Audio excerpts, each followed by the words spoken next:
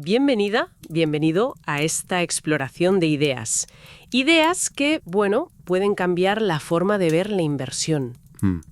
Hoy nos metemos de lleno en un clásico moderno, diría yo. El pequeño libro para invertir con sentido común, el de John C. Bogle. El famoso libro de Bogle, sí. En su edición actualizada, la del 10º aniversario, tenemos aquí extractos clave que la verdad es que resumen décadas de experiencia. Sí, es un libro muy destilado.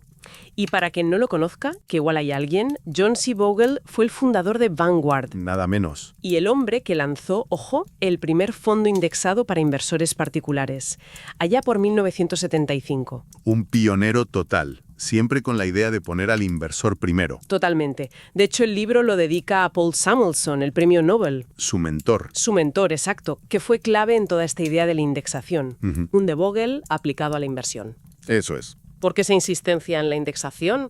¿Son de verdad tan importantes los costes? ¿Y cómo evitamos las típicas trampas? Vamos a verlo. Exacto. Y es que la propuesta de Bogle se apoya en algo tan simple como la aritmética. Y la historia, claro. La pura lógica. La lógica y los números. Su argumento central es que la estrategia más racional, la que tiene más papeletas para ganar, es simplemente poseer todo el mercado. Todo. Todo el mercado bursátil, sí. A través de un fondo con costes bajísimos. Así, dice él, te aseguras de recibir pues casi toda la rentabilidad que dan las empresas a largo plazo. Ya. Vamos a analizar por qué estaba tan convencido de que esta es, y cito, la única forma de garantizar la parte justa de los rendimientos del mercado. Suena potente. Para empezar, Bogle usa una historia muy gráfica. Casi un cuento. La parábola, sí. La parábola de la familia Gotrox. A ver, imaginemos que esta familia, los Gotrox, son dueños del 100% de las acciones de, pongamos, Estados Unidos. Vale. Mientras lo tengan todo ellos, colectivamente, pues todos se enriquecen igual, al mismo ritmo. Reciben beneficios, dividendos. Un escenario ideal, digamos. Todos ganan juntos. Eso es. Pero entonces aparecen los ayudantes. Ah, los intermediarios. Exacto. Los gestores de fondos, los brokers, los asesores, ofrecen sus servicios, claro. Y animan a la familia a moverse, a venderse acciones unos a otros. Claro. A intentar ser más listos que el primo. A ver quién acierta con la acción que va a subir más. Y por supuesto cobran por ello. Comisiones, gastos. ¿Y qué pasa al final? Pues lo inevitable. Que los costes empiezan a morder. Exacto. Esas comisiones, esos gastos de gestión, se comen parte de la rentabilidad total de la familia Gotrox. Aunque uno gane a otro temporalmente. Claro, pero como grupo la familia empieza a ganar menos que antes de que llegaran los ayudantes. ¿Es lógico? Bogle cita a Buffett aquí, ¿no? Sí, una frase clave. Para los inversores en su conjunto, los rendimientos disminuyen a medida que aumenta el movimiento. Más compra-venta, menos beneficio neto para todos. Es así de simple. La conclusión es Bastante directa. directísima. Invertir con éxito a largo plazo va de poseer negocios, de participar en sus beneficios. No de especular constantemente. Exacto. El intento de superar al mercado eligiendo acciones o intentando adivinar cuándo entrar y salir, el famoso market timing, se convierte, una vez que restas los costes, En un juego de perdedores. Así lo llama Bogle. Tal cual, antes de costes, bueno, podría ser un juego de suma cero. Lo que uno gana de más, otro lo pierde. pero los costes inclinan la balanza. Totalmente. Es lo que él llama la tiranía de los costes de intermediación. Una tiranía, sí. Una vez que pagas a todos esos ayudantes, el conjunto de inversores, como grupo, necesariamente obtiene menos que el mercado. Entonces, ¿quién gana siempre en este juego? Pues los intermediarios, los croupiers, como los llama él, los que montan el casino. Los croupiers de Wall Street. ¿Suena bien? Y ojo que no es solo su opinión, cita a gente muy respetada. ¿Por ejemplo? Pues mira, Jack Mayer, que gestionó durante años el fondo de Harvard, una fortuna. Sí. Llegó a decir que el negocio de la inversión es una estafa gigante. Palabras mayores. Uf. ¿En serio? Sí, y añadía que el 85-90% de los gestores no logran igualar sus benchmarks, sus índices. Casi nadie bate al mercado, entonces. O Burton Malkiel, el autor de Un paseo aleatorio por Wall Street, otro clásico. Afirma que los fondos indexados superan regularmente a los gestores activos en casi 2 puntos porcentuales. 2 puntos. Que es muchísimo dinero a largo plazo. Muchísimo. Incluso The Economist dijo que los gestores de fondos han ofrecido en su mayoría una relación calidad-precio extremadamente pobre. La evidencia es, bueno, bastante clara. Bogle insiste tanto con los costes porque, aunque parezca obvio, a menudo no les damos importancia, ¿no? Exacto. Se infravaloran. Cita a Luis Grandes. Las implacables reglas de la humilde aritmética. Las matemáticas no perdonan. No perdonan. Y Bogle detalla bien los tipos de costes. El más visible es el ratio de gastos del fondo, el TER. La comisión de gestión y otros gastos. Eso. Luego, las posibles comisiones por comprar o vender el fondo. Las de suscripción o reembolso. Y luego están los menos obvios, los que vienen de la rotación de la cartera. ¿Cómo cuáles? Pues las comisiones de corretaje que paga el fondo al comprar y vender acciones. El diferencial entre el precio de compra y venta, el spread. Ah, claro. E incluso el impacto en el precio. Si un fondo grande compra o vende mucho de una acción, puede mover el precio en su contra. Costes menos visibles, pero que suman. Suman y mucho. Y aquí Bogle lanza una frase. Es irónica, pero da en el clavo. A ver. Dice, no solo no obtenemos aquello por lo que pagamos, la supuesta habilidad del gestor. Vale. Obtenemos precisamente aquello por lo que no pagamos. Si no pagamos nada, o casi nada, en costes. Lo obtenemos todo. La rentabilidad del mercado. Exacto. Su argumento es brutal. Los costes son el mejor predictor del rendimiento futuro. Cuanto menos pagues, mejor te irá, comparativamente. Y el efecto de estos costes en el tiempo debe ser demoledor. Es demoledor. Bogle usa ejemplos numéricos que, bueno, asustan un poco. Cuenta. Imagina uno sencillo. Inviertes 10.000 euros. Durante 50 años. Si el mercado da un 7% anual de media, El interés compuesto hace su magia. y convierte esos 10.000 euros en casi 295.000 euros. Impresionante. Esa es la magia de la capitalización. Vale, eso es lo ideal. ¿Pero con costes? Ahí viene la tiranía de los costes compuestos. Misma inversión, 50 años, mismo 7% de mercado, pero a través de un fondo que cobra un 2% anual de costes totales. Que no es tan raro en gestión activa. Para nada.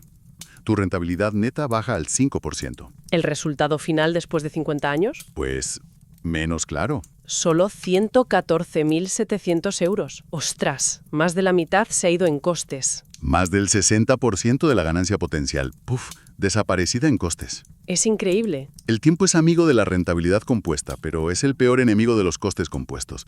Los multiplica exponencialmente. Y supongo que esto no es solo un ejemplo teórico. Que va. Los datos lo confirman. Bogle presenta análisis clarísimos. ¿Qué dicen? Pues que los fondos con menores costes superan consistentemente a los de mayores costes. Y a menudo con menos riesgo, menos volatilidad. O sea que pagas menos y obtienes más y con más tranquilidad. Básicamente sí.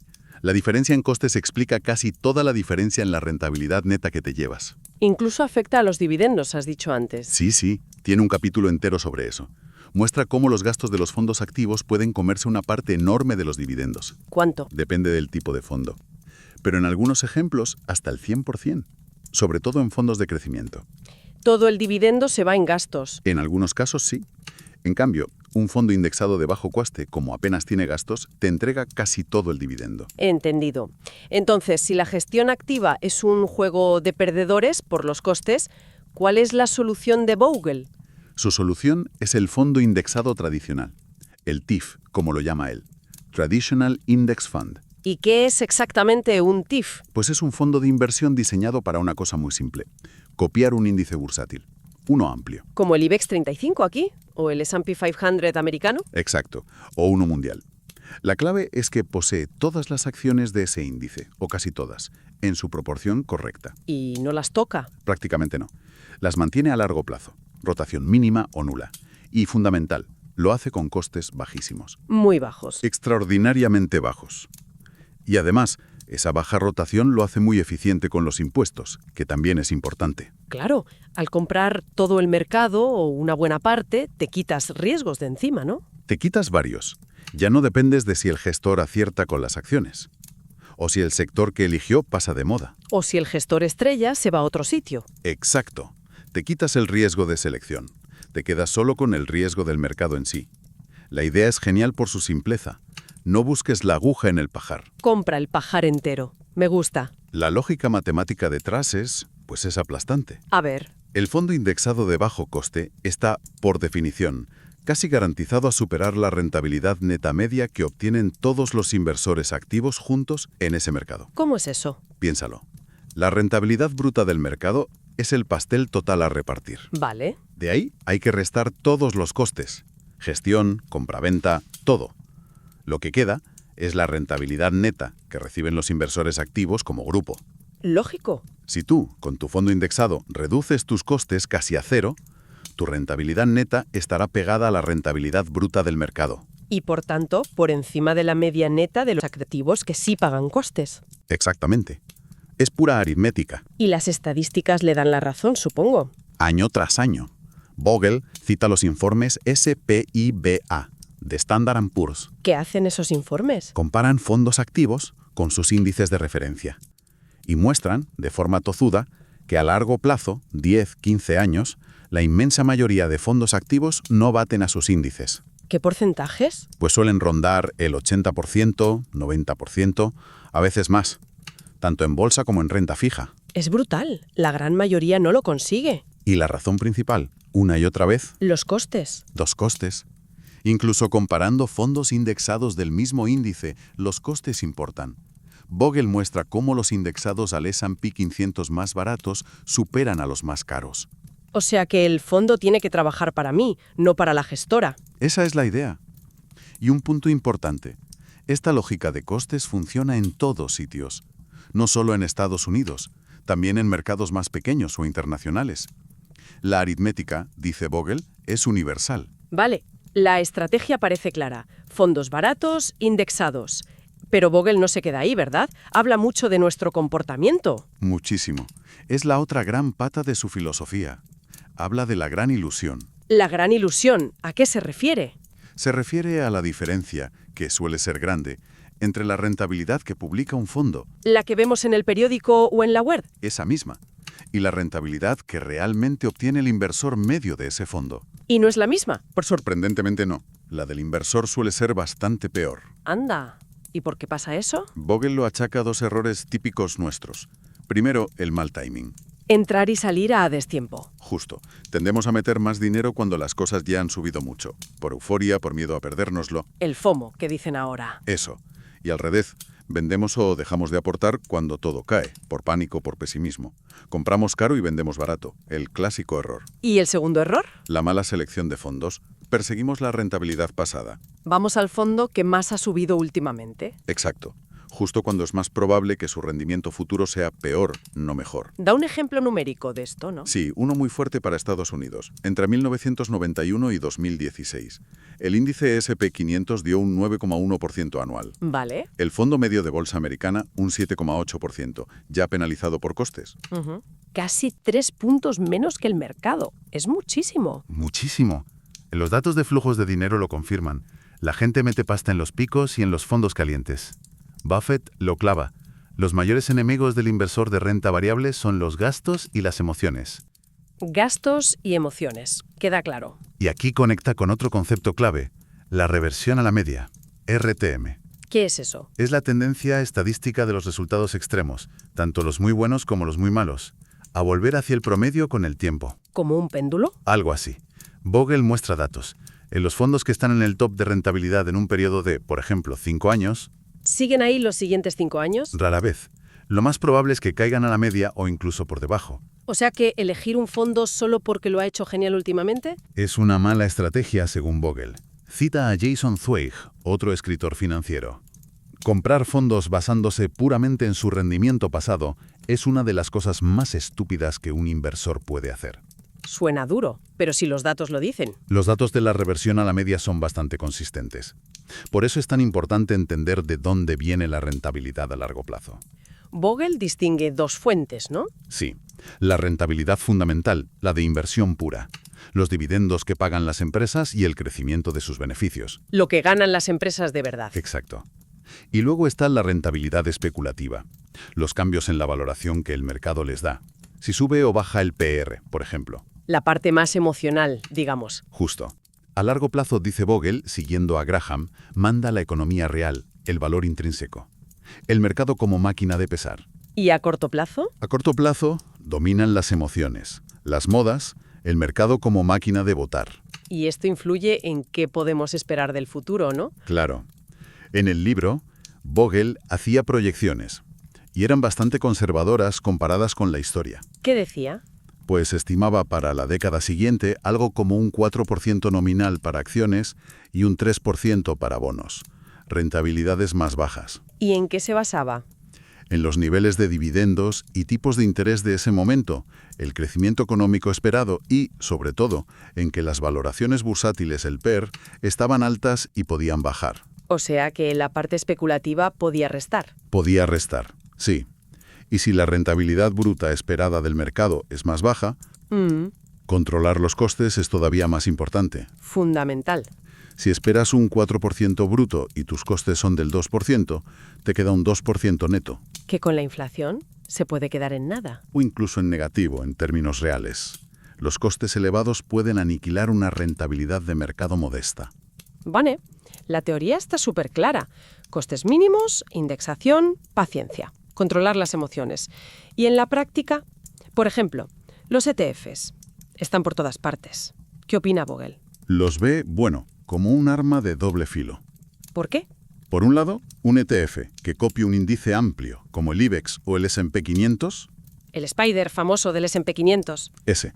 Si lo compras y lo mantienes a largo plazo, puede ser excelente. Muy parecido a un fondo indexado tradicional, a veces incluso más barato. ¿Y el doble filo? ¿El peligro? El peligro está en cómo se usan muchas veces. Como cotizan en bolsa todo el día, como una acción. Se pueden comprar y vender al minuto. Exacto. Y eso fomenta el trading, la compraventa frecuente, sobre todo con ETFs de sectores, de materias primas o los más complejos, inversos, apalancados. Que hay de todo. De todo. Y ese trading genera costes de corretaje, impuestos a corto plazo. Y sobre todo lleva al inversor a intentar perseguir modas, a hacer market timing. O sea, a caer en los errores de comportamiento que ya hemos visto. Justo. Bogle usa una analogía muy buena. Compara los ETFs con una escopeta Pordey. Dice que es la mejor del mundo para cazar. Pero También te puedes pegar un tiro con ella si la usas mal. Su consejo es claro. Manéjese con cuidado. entendido. Otro tema que suena mucho ahora, Smart Beta, o inversión por factores. Suena inteligente. ¿Qué es? Smart Beta son estrategias, casi siempre en formato ETF, que no ponderan las acciones por tamaño como los índices normales. Por capitalización. Eso, sino por otros factores. Por ejemplo, que sean empresas de valor, baratas, según ciertos ratios, o que paguen dividendos altos, o que tengan baja volatilidad. La promesa es batir al índice tradicional. Y lo consiguen. Es smart de verdad. Bogle es muy escéptico. Se pregunta si no son, en el fondo, gestión activa disfrazada de pasiva. Con costes más altos que la indexación pura, claro. A menudo sí, y advierte de dos peligros. Uno, el data mining. Encontrar patrones en datos pasados que funcionaron por casualidad, pero que no se repiten. Buscar hasta encontrar algo que parezca funcionar. Eso. Y dos, la reversión a la media. Otra vez, los factores que han ido bien pueden dejar de ir bien. ¿Y los datos que él presenta? Pues los datos a largo plazo y algunas estrategias pioneras de Smart Beta no mostraban una superioridad clara y consistente, ajustada por riesgo, frente al simple S&P 500. Cita incluso a William Sharpe, otro Nobel, diciendo que Smart Beta es estúpido. Vaya. O sea, ¿que Bogle se queda con la indexación tradicional por capitalización? Mayormente sí, por su simplicidad, bajo coste y porque representa al mercado tal cual es. Vale. Indexación, costes bajos, cuidado con el trading y el Smart Beta. Falta una pieza clave. ¿Cuánto en bolsa y cuánto en cosas más seguras, como bonos? La famosa asignación de activos. Exacto. Y Bogle recalca que esa decisión, el asset allocation, es seguramente la más importante de todas. Más que elegir el fondo concreto. Mucho más. Cita estudios clásicos que dicen que explica más del 90% de las diferencias en la rentabilidad de las carteras a largo plazo. El 90%.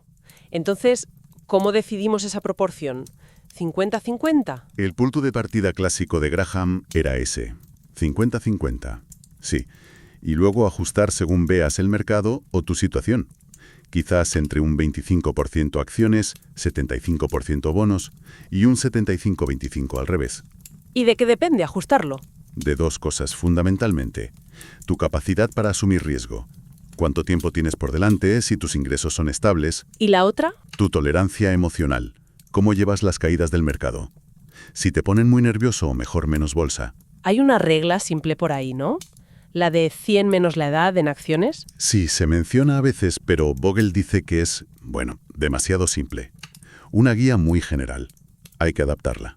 Y supongo que aquí también influyen los costes. También.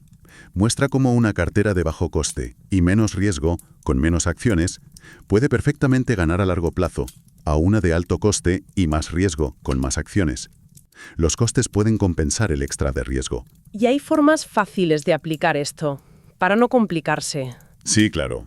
Sugiere opciones como los fondos equilibrados indexados. Mantienen una proporción fija, 60-40, por ejemplo, y se rebalancean solos. Cómodo. O los fondos de ciclo de vida, los Target Date Funds, TDFs. ¿Esos que cambian solos con el tiempo? Exacto. Empiezan con muchas acciones cuando eres joven y van pasando a bonos a medida que te acercas a la jubilación. Son soluciones sencillas, pero Siempre hay un pero. hay que mirar la letra pequeña, fijarse bien en sus costes y, sobre todo, asegurarse de que por dentro invierten en fondos indexados baratos, no en fondos activos caros, que a veces pasa. Buen punto. Y hablando de jubilación, a veces se nos olvida la pensión pública al hacer estos cálculos. Totalmente. Bogle recuerda considerarla como si fuera un activo seguro, un bono gigante. Claro, te da una base. Te da un suelo de ingresos fijos, y tener esa base puede permitirte asumir algo más de riesgo con el resto de tu cartera, con tus inversiones. Tiene sentido. Y otro aspecto práctico, los impuestos. Fundamental. La eficiencia fiscal. Los fondos indexados tradicionales, como compran y mantienen, baja rotación, Generan pocas plusvalías cada año. muy pocas que tengan que distribuir. Esto significa que si inviertes fuera de un plan de pensiones o similar, los impuestos sobre las ganancias se retrasan mucho tiempo. ¿Pagas más tarde? Pagas mucho más tarde que con un fondo activo que compra y vende sin parar, generando plusvalías que tienes que declarar cada año. Menos impuestos anuales significan más capital trabajando para ti. El interés compuesto también funciona con los impuestos diferidos. Recapitulando todo esto, la filosofía de Bogle es como una vuelta al sentido común, ¿no? En un mundo financiero que a veces parece disfrutar complicándolo todo. Totalmente. Es un alegato a favor de la simplicidad.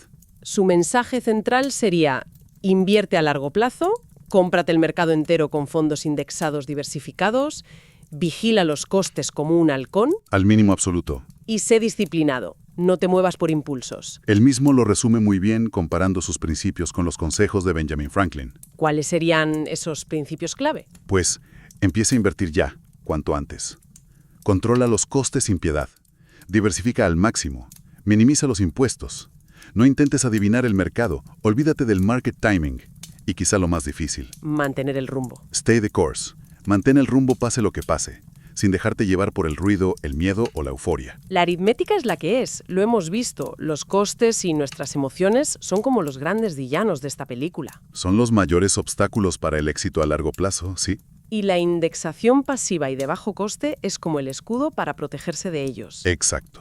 Busca neutralizar ambos factores. Te asegura que te llevas tu parte justa de lo que dé el mercado. Buffett lo dice claro. Es la estrategia más sensata para la inmensa mayoría. Al final, es como aceptar que intentar ser más listo que todos los demás es muy difícil y muy caro. Extremadamente difícil y caro. La indexación es una forma humilde pero muy poderosa de reconocer esa realidad Y usarla a tu favor. y usarla a tu favor. Dejar que el interés compuesto y el crecimiento de las empresas hagan su trabajo, sin meter mucho la mano, con la mínima interferencia. Y con esto, pues lanzamos una última idea, una reflexión final. Si la lógica de Bogle es tan directa, tan de sentido común, y la evidencia parece tan sólida a favor de esta estrategia simple, Ujú. ¿qué es lo que realmente frena a tanta gente a seguirla? ¿Por qué no lo hace todo el mundo? Buena pregunta. ¿Será la tentación de buscar el pelotazo? ¿De querer ganar más que la media? ¿Será la propia industria financiera que quizá prefiere la complejidad porque vive de ella? O quizás, ¿O quizás es simplemente lo difícil que es mantener la disciplina, la paciencia? Eso de no hacer nada cuando todo a tu alrededor grita que hagas algo. queda ahí la pregunta, sí. Fruto de esta inmersión en el sentido común inversor de John Bogle. Pues muchísimas gracias por acompañarnos en este análisis. Ha sido un placer desgranar estas ideas. Igualmente, un placer.